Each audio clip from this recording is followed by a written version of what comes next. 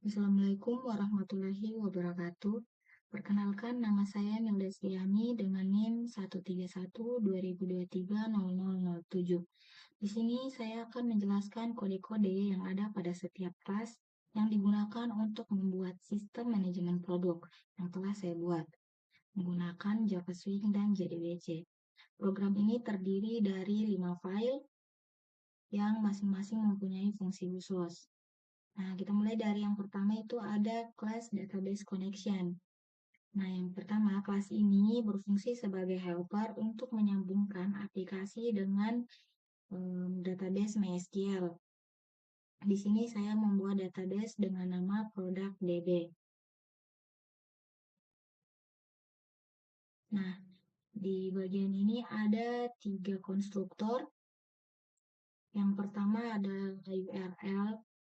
Yang pertama ada URL, di mana URL ini merupakan alamat database lokal atau localhost dengan port 3306 dan nama database-nya itu ProductDB. Dan yang kedua dan ketiga itu ada username dan password. Username dan password yang digunakan itu untuk autentifikasi. Di sini menggunakan root dan tanpa password. Selanjutnya ada metode get connection. Metode ini digunakan untuk mendapatkan objek koneksi ke database yang telah kita buat tadi. Nah, di sini tuh ada exception handling, di mana program akan mencoba membuat driver MySQL, membuat driver MySQL menggunakan class for name Nycom MySQL JDBC driver. Nah, jika drivernya berhasil ditemukan,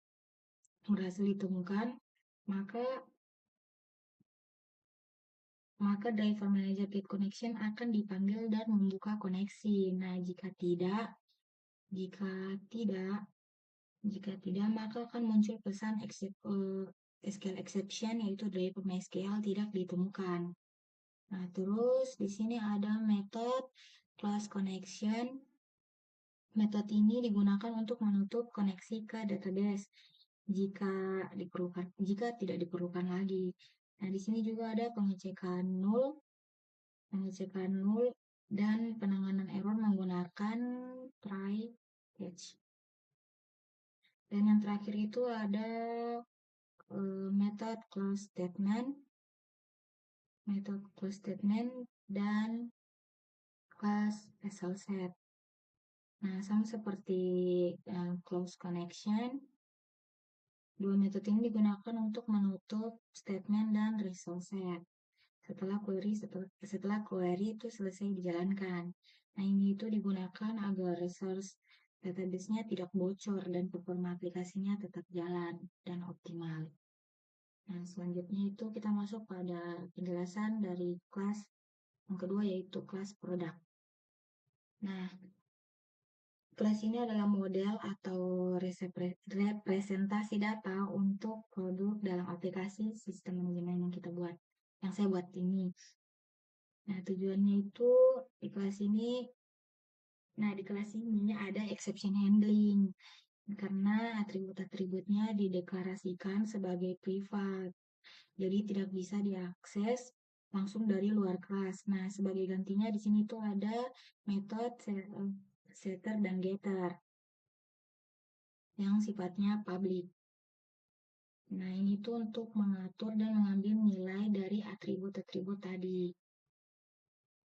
Nah, di sini ada atribut privat, itu ada ID. Dia itu untuk menyimpan nama unik dari produk dan tipe datanya itu integer.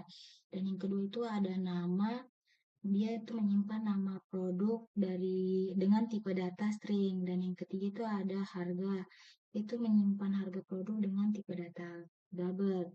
Dan selanjutnya itu ada konstruktor. Di sini ada 2. Nah, yang pertama itu ada konstruktor kosong. Dia ini digunakan untuk membuat objek tanpa nilai awal. Dan yang kedua itu ada konstruktor dengan parameter. Digunakan untuk langsung mengisi ID nama dan harga untuk membuat objek produk. Saat membuat objek produk, dan yang selanjutnya itu ada getter dan setter. Seperti yang telah saya jelaskan sebelumnya, metode getter dan setter ini sifatnya public, jadi dapat mengatur dan mengambil nilai dari atribut tadi. Nah, dan yang terakhir itu ada metode toString. Nah, metode ini ditulis ulang dengan override itu untuk memberikan representasi string dari objek produk. Dia juga berguna untuk kalau kita ingin mencetak dan menampilkan data produk secara langsung, misalnya log atau konsol. Nah, yang kelas ketiga itu selanjutnya kelas produk DAO. Nah, di sini itu ada 4 metode utama. Yang pertama itu ada get all product, dia itu untuk select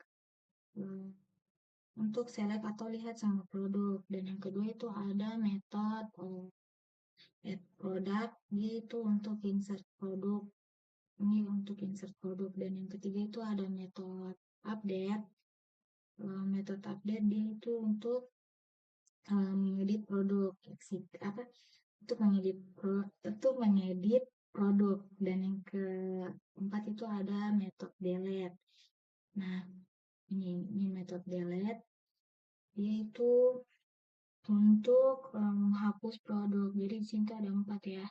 Yang pertama itu ada metode select. Terus yang kedua ada metode add produk. Yang ketiga ada metode update produk, dan yang keempat itu ada metode delete produk. Nah, terus kita masuk ke kelas yang keempat. Nah, kelas yang keempat ini dia itu ada kelas product table model.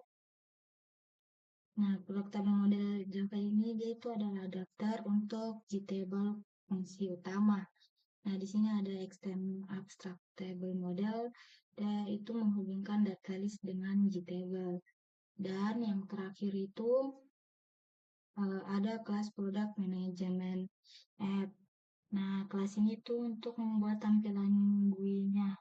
Di sini tuh saya menggunakan GUI kode untuk membuat tampilannya lebih bagus dan estetik. Nah, komponen-komponen GUI-nya itu ada JTable, dia itu untuk menampilkan data, dan JText. Dia itu untuk input data harga, dan di sini ada 5 GB button, dia itu untuk operasi CRUD-nya, download data, dan layout manager, dia itu border layout dan grid back layout. Nah, dia itu di sini untuk stylingnya saya gunakan background gambar dan menggunakan banyak warna untuk membuat button itu agak terlihat lebih menarik. Nah, kita langsung run saja tampilannya.